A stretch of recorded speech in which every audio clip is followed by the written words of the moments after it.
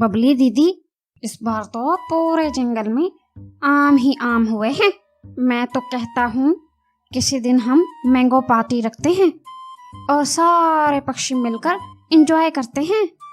वो तो सही है मिंटू तोते, लेकिन क्या आपको पता है मैं बहुत अच्छा मैंगो जैम बना लेती हूँ। मैं जब दूसरे जंगल में रहती थी वहाँ मुझे मेरी भाभी बुलबुल ने मैंगो जैम बनाना सिखाया था। ऐसा करते हैं कि इतने ज्यादा आमों से मैंगो जैम बना लेते हैं, आपको बहुत अच्छा लगेगा। हैं? Mango jam? वो क्या होता है बबली दीदी? मैं तो ये शब्द आज पहली बार सुना है, लेकिन इतना जरूर पता लग रहा है कि ये कोई खाने वाली चीज होगी और मजे की भी होगी। हाँ मिंटू भाई, मैंगो जैम आम से बनता है और होता भी बहुत स्वादिष्ट है। मैं बनाकर जरूर खिलाऊंगी आपको। लेकिन उसके लिए तो बहुत सारे आम चाहिए होंगे। मैं ऐसा करता हूँ कि जाकर सारे पक्षियों को इस स्वादिष्ट चीज का बताता हूँ और उनको बोलता हूँ कि काफी ज्यादा आम लेकर आ जाएं। मिंटू वहाँ से सारे पक्षियों को बताने के लिए और आम इकट्ठा करने के लिए चला जाता है। अगले ही दिन सारे पक्षी अपने अपने घरों से आम ले आते हैं और बबली को लाकर दे देते हैं। ये लें बबली दीदी, ये देखें, हम बहुत ज्यादा आम लाए हैं। अब हमें आप जल्दी से मैंगो जैम बनाकर खिला दें। हमने तो पहली बार खाना है। मेरी तो बहुत इच्छा हो रही है कि मैं उसे खाऊं। सारे ही पक्षी थोड़े बहुत आम लेकर आ गए थे, लेकिन कालू तो कुछ भी नहीं लाया था। कालू भाई, आप नहीं लाए कुछ? देखें, बाकी सब पक्षी तो कुछ न कुछ लेकर आए ही हैं। आप जरूर आम घर में रखाए होंगे। वो ना बबली, तुम्हें तो पता है बारिश में मेरी आम की फसल ज़ाया हो गई थी। मैं इसीलिए वैसे ही आ गया हूँ आपके पास। मैं आपका कोई और काम कर दूंगा, बस आप मुझे एक काम बोलकर तो देखें, फिर आप मेरी आनियाँ जानियाँ देखना बस। अरे बबली दीदी, छोड़ें इस कालू को और हमारे लिए आमों से जाम बनाए ना। बबली सब पक्षियों के लिए मैंगो जाम बनाने के लिए काम शुरू कर देती है। जाओ कबूतर, तुम जाकर सेठ चील की शॉप से चीनी ले आओ। जैम में वो भी डालनी होती है ना, उससे इसका स्वाद मजीद बढ़ जाएगा।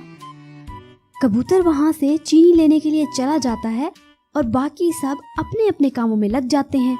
सब अपने अपने कामों में लगे हुए थे, लेकिन कालू को तो जैम खाने की कुछ ज्यादा ही जल्दी थी। बबली दीदी, कब बनेगा ये जैम? मैंने तो जब से सुना है कि बहुत स्वादिष्ट होता है, मैंने तो तब से कुछ भी नहीं खाया कि एक बार ही जैम पर हाथ साफ करूंगा। अब तो बहुत भूख लगी है मुझे। सब कालू की ये बात सुनकर हंसने लग जाते हैं। जी कालू भाई, आप धीरज रखें, अभी बन जाएगा ये। इसको आहिस्ता आहिस्ता पकाना होता है, वरना खराब हो जाता है ये। कालू जी, आपके भी क्या कहने हैं भला? मैंने बहुत से लालची पक्षी देखे हैं, लेकिन तुम अभी भी नंबर 1 हो। चुप करके बैठो मोटी नाक वाले तोते, वरना एक पंजा मारकर शक्ल बिगाड़ दूंगा तेरी। मेरी चोंच ना खुलवाओ, वरना सबको बता दूंगा तुम्हारी अमरूदों वाली चोरी की कहानी। अरे अरे, लड़ो तो मत सब, और अपना अपना काम करो। वो ऐसे ही लड़ रहे थे कि कबूतर वहाँ पर चीनी लेकर आ जाता है। ये लें बबली दीदी, चीनी आपकी। और हाँ, वो ना सेठ चील भी कह रहा था कि उसे भी मैंगो जैम खाना है। आप ऐसा करें, उसके लिए भी बना लें, वरना वो आइंदा हमें कुछ नहीं देगा।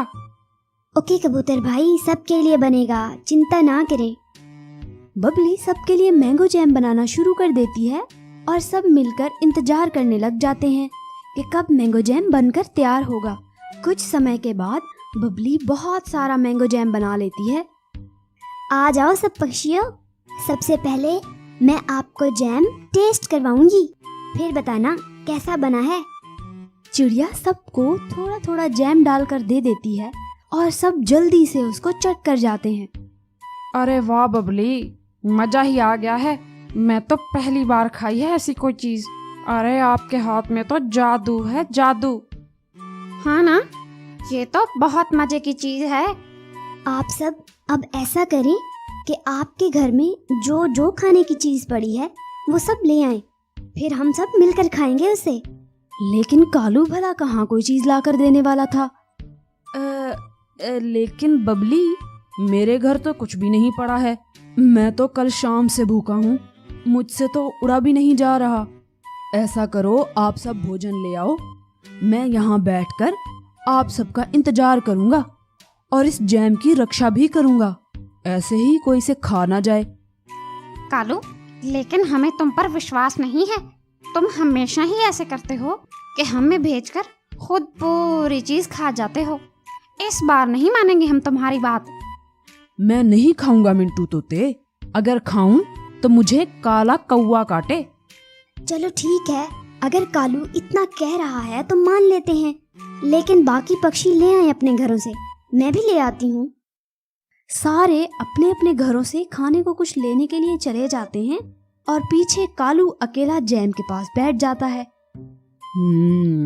जैम तो बहुत मजे का बना है, इतने ज्यादा पक्षी हैं, अगर मैं थोड़ा खा भी लूं तो कौन सा पता चलेगा इनको। थोड़ा सा खा लेता हूँ। कालू थोड़ा सा जैम खा लेता है। अरे ये तो बहुत स्वादिष्ट है, बबली ने तो बनाया भी बहुत ज्यादा है, अगर थोड़ा सा और खा लूं तो ज्यादा ही मजा आएगा। कालू फिर से थोड़ा सा और जैम खा लेता है। इस तरह थोड़ा थोड़ा खाते हुए कालू सारा का सारा जैम चट कर जाता है, लेकिन जैम बहुत ज्यादा था और कालू को भूख भी बहुत ज्यादा लगी थी। इस वजह से वो खा तो लेता है, लेकिन उसके पेट में बहुत सख्त दर्द होना शुरू हो जाता है। हाय मेरा पेट, अरे मैंने थोड़ा सा ही जैम खाया था। तभी वहाँ बाकी पक्षी भी इकट्ठे हो जाते हैं। सब अपने अपने घर से कुछ न कुछ खाने को ले आए थे। सब ये देखकर बहुत ज्यादा हैरान थे कि सारे का सारा जैम गायब था और कालू उल्टा होकर चीख रहा था। बबली दीदी मुझे बचाओ, आज मेरा पेट फट जाएगा। मैंने तो थोड़ा सा ही खाया था जैम और उससे मेरे पेट में बहुत ज्यादा दर्द हो रही है। थोड़ा? ये अभी तुमने थोड़ा खाया है कालू? मुझे तो तुम पर बहुत गुस्सा आ रहा है। खैर कालू, तुमने थोड़ा तो नहीं खाया है, सारा तो खा लिया है। अच्छा नहीं किया आपने, हमने तो आप पर विश्वास किया था। हाय मेरा पेट। सब मुझे बातें बाद में सुना लेना, लेकिन अभी तो डॉक्टर तोताराम को बुला लो, वरना मैं दर्द से ही मर जाऊंगा। पक्षी डॉक्टर तोताराम को फोन करके बुला लेते हैं, जो कि आकर कालू को अच्छे से चेक करता है। देखो भाई कालू, तुमने बहुत ज्यादा खा लिया है, अब इसको बड़े वाला टीका लगेगा, तभी ये सही होगा। नहीं डॉक्टर साहब, टीका ना लगाएं मुझे, इससे तो दर्द होगा मुझे, और ये तो टीका है भी इतना बड़ा। अब मजा आएगा कालू, जब इतना बड़ा टीका लगेगा तुझे, फिर खाना हमारा कुछ। सारे पक्षी हंसने लग जाते हैं और डॉक्टर तोताराम टीका लगाकर उसको ठीक कर देते हैं। कालू इतने दर्द के बाद किसी की कोई भी चीज खाने से तौबा कर लेता है। हमें इस स्टोरी से सीख मिलती है, हमें खाना अपना पेट समझकर खाना चाहिए और उतनी ही मात्रा में खाना चाहिए कि जितनी भूख लगी हो।